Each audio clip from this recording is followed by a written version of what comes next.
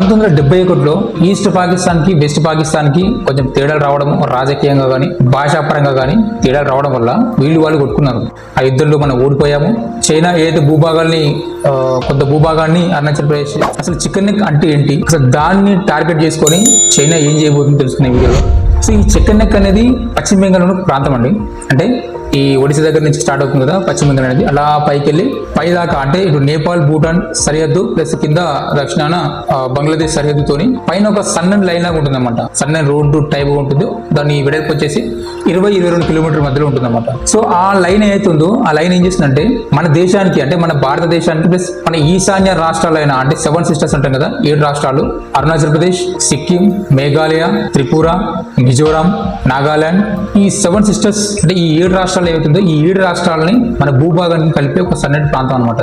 So ఈ chicken neck అనేది ఆ యొక్క లైన్ ని ఫైండ్ అవుట్ ఎప్పుడు చేశారంటే 1962 చైనాకి మనకి యుద్ధం జరిగినప్పుడు చైనా అనేది ఈ ప్రాంతాన్ని ఒక సెన్సిటివ్ ప్రాంతంగా, ఒక భారతదేశం యొక్క భద్రతకు ఒక మెయిన్ ల్యాండ్ గా గుర్తించి జరిగింది అనమాట. ఇన్ కేస్ ఆ యొక్క ప్రాంతాన్ని కనుక అటాక్ చేస్తే మనకి ఈశాన్య రాష్ట్రాలైన ఈ 7 సిస్టర్స్ ఉన్నాయి కదా 7 రాష్ట్రాలతో మనకి సంబంధం అయిపోతుంది. సో 1962లోనే దాన్ని గుర్తించి జరిగింది. సో అప్పుడు ఎందుకంటే ఇప్పుడు మనకి చైనాకి యుద్ధం జరిగింది. ఆ యుద్ధంలో మనం ఓడిపోయాము.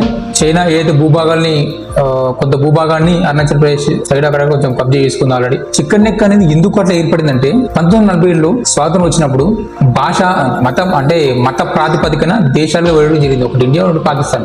భారతదేశంలో హిందువులకి, పాకిస్తాన్ అనేది ముస్లింలకు అని చెప్పి భూభాగాన్ని వెళ్ళడం జరిగింది. పాకిస్తాన్ అనేది 2 భూభాగాలు తీసుకుంది.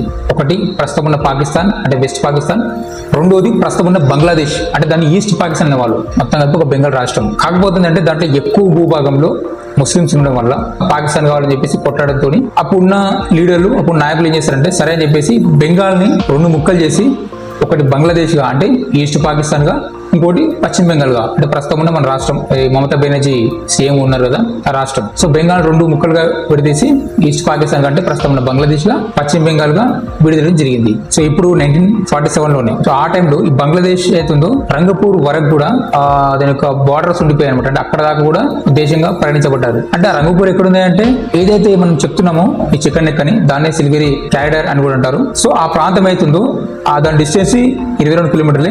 దానికి కానుకొని బంగ్లాదేశ్ ప్రాంతమైన రంగపూర్ ఒకటి, దాని పై భాగంలో నేపాల్, భూటాన్ ఉన్నాయి అనమాట. అంటే ఆ బార్డర్ వచ్చేసి 3 దేశాలతోని బార్డర్ కలిగి ఉంది ఆ ప్రాంతం అనేది. ఒకటి నేపాల్ పైన అంటే ఉత్తర వైపు వచ్చేసరికి భూటాన్, కిందికి వచ్చేసరికి బంగ్లాదేశ్. సో ఈ 3 దేశాల సరిహద్దుతోని ఒక సన్నటి ప్రాంతంగా ఉంది.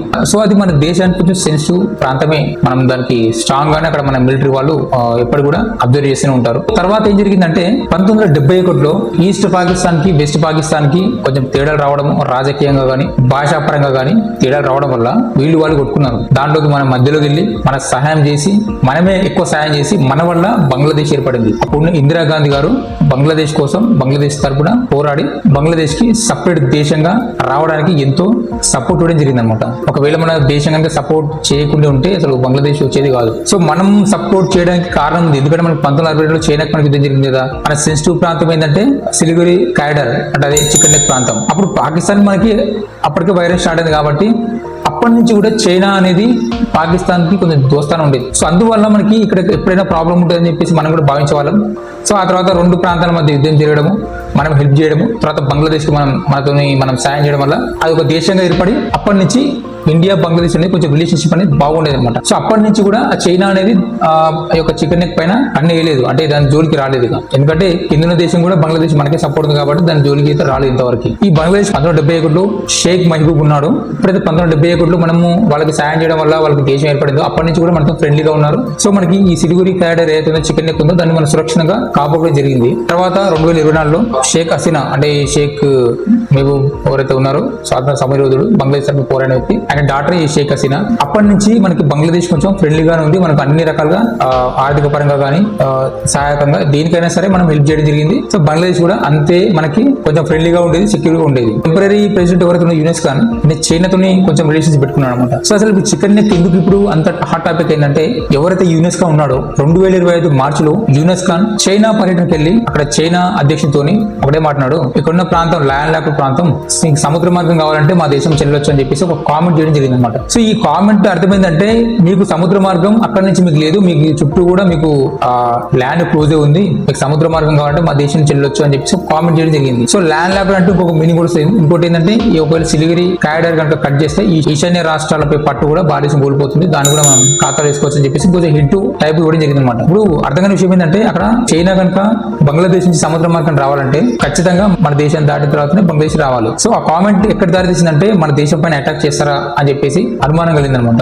సో అట్లాగే ఈ బంగ్లాదేశ్ అని కూడా సంబంధించిన ఈ లీడర్ కూడా యునెస్ ఖాన్ కూడా బంగ్లాదేశ్ ప్రాంతంలో ఉన్నటువంటి ఎయిర్ బేస్ కి కొంచెం పునరుద్ధరించాలని చెప్పేసి ఎయిర్ బేస్ ని అప్డేట్ చేయడం జరుగుతుంది అనమాట. సో ఇన్వెస్ట్మెంట్ అంతా చైనాదే. సో ఇప్పుడు చైనా ఇన్వెస్ట్మెంట్ చేస్తే పెత్తనం కూడా చైనాదే ఉంటుంది ఆల్మోస్ట్. లాల్మోనినాట్ ఎయిర్ బేస్ అనేది ఎక్కడ ఉందంటే ఈ చికెన్ నెక్ కి అంటే దాదాపుగా మనం ఏవైతే ఇప్పుడు సెన్సిటివ్ ప్రాంతం అంటాం మన దేశానికి, దానికి దగ్గర 20-25 కిలోమీటర్ డిస్టెన్స్ లో ఉందన్నమాట. సో అక్కడి నుంచి కూడా మన దేశం సైనికుల్ని మన దేశ కార్యక్రమాలు కూడా అబ్జర్వ్ చేసే ఛాన్స్ ఉంటుంది. ఎవరికి ఉంటుంది అంటే చైనాకు ఉంటుంది. చైనా యొక్క టార్గెట్ ఏంది? ఇండియాని టార్గెట్ చేయడమే. అందుకనే ఇటు బంగ్లాదేశ్, అటు శ్రీలంక, అటు పాకిస్తాన్ ఈ 3 దేశాల చుట్టూ తిరుగుతుంది. సో నేపాల్ జర మనకు ఫ్రెండ్లీ కాబట్టి వాళ్ళు యాక్సెప్ట్ చేయలేదు, కానీ భూటాన్ అనేది చెప్పలేము ఫ్యూచర్ లో. Main target India. చైనాకి సముద్ర మార్గం ఈజీ అవుతుంది, ప్లస్ ఈశాన్య రాష్ట్రాలైన అంటే భారతదేశానికి సంబంధించి ఈశాన్య రాష్ట్రాలను కూడా మనం కలిపేసుకోవచ్చు దేశంలో అని చెప్పేసి ప్లాన్ చేసింది అనమాట. సో ఈ వ్యాఖ్యలు ఎవరైతే యునెస్ ఖాన్ ల్యాండ్ లాక్డ్ అని, సో అప్పుడు మన దేశం కొంచెం అలర్ట్ అయింది అనమాట. సో అక్కడికి ఆ సిలిగురి క్యాడ్ దగ్గరికి సైనిక ప్రదర్శన చేయడం, కొన్ని ఆయుధాలు పంపించడం, సో యుద్ధం వస్తే ఏదైనా చూస్తున్నాం అని చెప్పేసి కొంత మనలు కూడా ఇంటివ్వడం జరిగింది. సో అలాగే ఈ అస్సాం సీఎం హిమంత బిస్వా శర్మ ఆయన ఒకటే మాట అన్నాడు. ఆయన కూడా ట్విట్టర్ లో పోస్ట్ చేసి, నువ్వు మా చికెన్ నెక్ పైన టార్గెట్ చేస్తే నీకు సంబంధించిన 2 చికెన్ నెక్లు ఉన్నాయి, మేము కనుక దానిపైన టార్గెట్ చేసినప్పుడు నీ బంగ్లాదేశ్ ఉండదు అని చెప్పేసి ఒక గట్టి వార్నింగ్ కూడా జరిగింది విత్ మ్యాప్ పాయింట్ సహా. బంగ్లాదేశ్ కూడా చికెన్ నెక్స్ ఉన్నాయి. ఎక్కడెక్కడ ఉన్నాయంటే పశ్చిమ బెంగాల్లోని. సో ఈ పశ్చిమ బెంగాల్ నుంచి మేఘాలయలోని పర్వత ప్రాంతాల వరకు కూడా ఒక సన్నటి అంటే ఒక దాదాపు 80 కిలోమీటర్ డిస్టెన్స్ తోని కూడా ఒక చికెన్ నెక్ ఉందన్నమాట. ఇది బంగ్లాదేశ్ సంబంధించిన నార్త్ ప్లేస్ రంగ్పూర్ ఏదైతుందో దాని మీదుగా 80 కిలోమీటర్ల చికెన్ నెక్ ఉంది. ఒకవేళ మీరు మా చికెన్ నెక్ పైన కూడా దాడి చేస్తే మీ చికెన్ నెక్ పైన కూడా మేము దాడి చేస్తామని చెప్పేసి చెప్పడం జరిగింది. దీనిపైన నార్త్ బంగ్లాదేశ్ ఏదైతుందో రంగ్పూర్ డివిజన్ అట్లా కనుక మనం దాడి చేస్తాం అనుకోండి, బంగ్లాదేశ్ యొక్క ఉత్తర ప్రాంతమైనటువంటి రంగపూర్ అనేది మన కంట్రోల్లోకి వస్తుంది. పైన చికెన్ నెక్ కట్ చేసినా సరే మొత్తం భూభాగం అంతా మనకి వచ్చేస్తుంది. బంగ్లాదేశ్ సౌత్ కి వచ్చేసరికి ఈ చిట్టగాంగ్ దగ్గర కూడా చికెన్ నెక్ ఉందన్నమాట, సముద్ర ప్రాంతం వరకు కూడా. ఇక్కడ కనుక ఈ 2 పైన దాడి చేస్తే మాత్రం ఇక్కడ చిట్టగాంగ్ వదిలేసుకోవాల్సి వస్తుంది, అక్కడ రంగపూర్ కూడా వదిలేసుకోవాల్సి వస్తుంది. బంగ్లాదేశ్ ల్యాండ్ లాక్ అయిపోతుంది, ఎటువంటి మార్గం ఉండదు. సో అట్లా వార్నింగ్ కూడా జరిగింది అనమాట. సరే ఎంత వార్నింగ్ ఇచ్చినప్పుడు కూడా మన జాగ్రత్తలు మనం ఉంటాం ఖచ్చితంగా. ఇదండి ఈ చికెన్ నెక్ గురించి. సో ఇప్పుడైతే ఇట్లాంటి వ్యాఖ్యలు చేసిందో మనం కూడా బంగ్లాదేశ్ పైన కొంచెం ఒత్తిడి తీసుకొచ్చి ఆర్థిక పరంగా కూడా కొన్ని ఆంక్షలు విధించడం జరిగింది. ఎందుకంటే మరి అట్లా వార్నింగ్ ఇచ్చుకోకపోతే ఊడుకోడు కదా. సో చూద్దాం మళ్ళీ తిరిగి బంగ్లాదేశ్ మన మాట వింటుండొచ్చు చెప్పాలి. ఎందుకంటే బంగ్లాదేశ్ బతకాలంటే మన దేశమే సాయం చేయాల్సిందే. ఎవరో చైనా వచ్చి ఈశాంత ఏం లేదాడు, వాడు ఏడేళ్ళు ఎక్కువ పెడతాడు అన్ని నాశనమే. అటు పాకిస్తాన్ సంకరానికి పోయింది, ఇటు బంగ్లాదేశ్ కూడా సంకరానికి పోతుంది, అది అని కూడా తెలుసు. సో ఒళ్ళు దగ్గర పెట్టుకుని మన భారతదేశం ఫ్రెండ్లీగా ఉంటేనే ఆ దేశం అనేది ఉంటుంది. సో మన వాళ్ళు కూడా చాలా స్ట్రాంగ్ ఉన్నారు. చెప్పలేదు ఇప్పుడు నాయకత్వం స్ట్రాంగ్ ఉంది కాబట్టి ఓకే వార్నింగ్ ఇస్తున్నారు. మరి భవిష్యత్తులో కూడా మన దగ్గర నుంచి కూడా మరి భవిష్యత్తులో కనుక మరి స్ట్రాంగ్ నాయకత్వం ఉంటే మంచిదే, అప్పుడు ఏ ప్రాబ్లం ఉండదు. లేదా వీక్ ఉంది అనుకోండి, ఇక బంగ్లాదేశ్ కూడా చైనా 2 ఒకటి అయిపోతాయి. సో ఇదండి ఇలాంటి చికెన్ గురించి. Thank you for watching. జై హింద్.